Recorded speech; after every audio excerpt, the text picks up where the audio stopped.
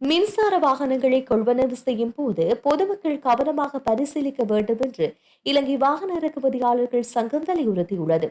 இதுபோன்று பல வாகனங்களின் சந்தை மதிப்பு ஒரு சில மாதங்களுக்குள் பல மில்லியன் ரூபாய் குறையும் என்ற காரணத்தினால் இந்த வலியுறுத்தல் விடுக்கப்பட்டுள்ளது.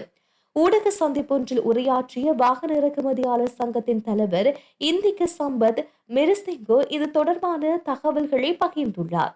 மின்சார வாகனங்கள் பிரபலமடைந்து வரும் அதேவேளை வாகன இறக்குமதி தடை நீக்கப்பட்டதை தொடர்ந்து புதிய சவால்களையும் ஏற்படுத்தியுள்ளதாக அவர் சுட்டிக்காட்டியுள்ளார்.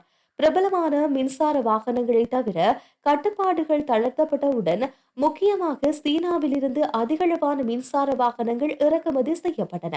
எனினும் இந்த வாகனங்களின் சந்தை விலை கொள்வனவு செய்த மாதங்களுக்குள் 2 முதல் 3 மில்லியன் ரூபாய் வரை குறைந்துள்ளது என்று மெரிசிகோ கூறியுள்ளார். இது சீன மின்சார வாகன சந்தையில் நிலவும் விரைவான மாதிரி மாற்றங்களாக அவர் விளக்கம் அளித்துள்ளார். சீன வாகன தயாரிப்பாளர்கள் ஒவ்வொரு 2 வருடமும் புதிய ரக வாகனங்கள் மற்றும் மேம்படுத்தல்களை வெளியிடுகின்றனர்.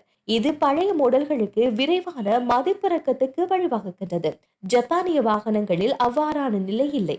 அந்த நாட்டின் வாகன தயாரிப்பாளர்கள் சிறிய மேம்படுத்தல்கள் இருந்த போதிலும் நிலையான சந்தை மதிப்பை பராமரிக்கின்றனர் என்றும் வாகன இறக்குமதியாளர் சங்கத்தின் தலைவர் தெரிவித்துள்ளார்.